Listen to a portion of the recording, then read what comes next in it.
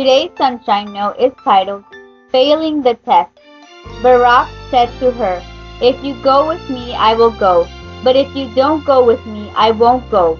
"Very well," Deborah said, "I will go with you, but because of the way you are going about this, the honor will not be yours, for the Lord will hand Sisera over to a woman." Judges 4:8 and 9.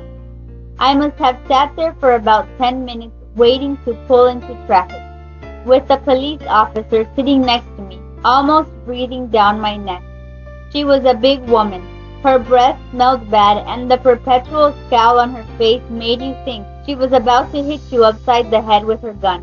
A number of the guys in my driver's ed class had their driving test with her, and every single one of them had failed and been sent back through the course again. They said she hated guys and never passed any of them on the first try, just out of spite. My palms were sweaty and I was panicky, thinking that she was going to fail me for being too timid or something. So when I finally saw an opening in the long line of cars, I zipped into line with the rest of the people stuck in traffic.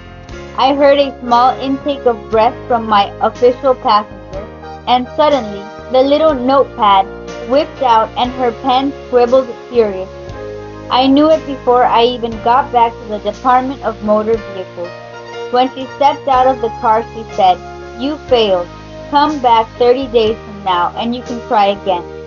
But next time, don't pull out in front of someone in the middle of traffic like that." Timidity can sometimes save you from a bad situation, but many times it makes you just miss the boat.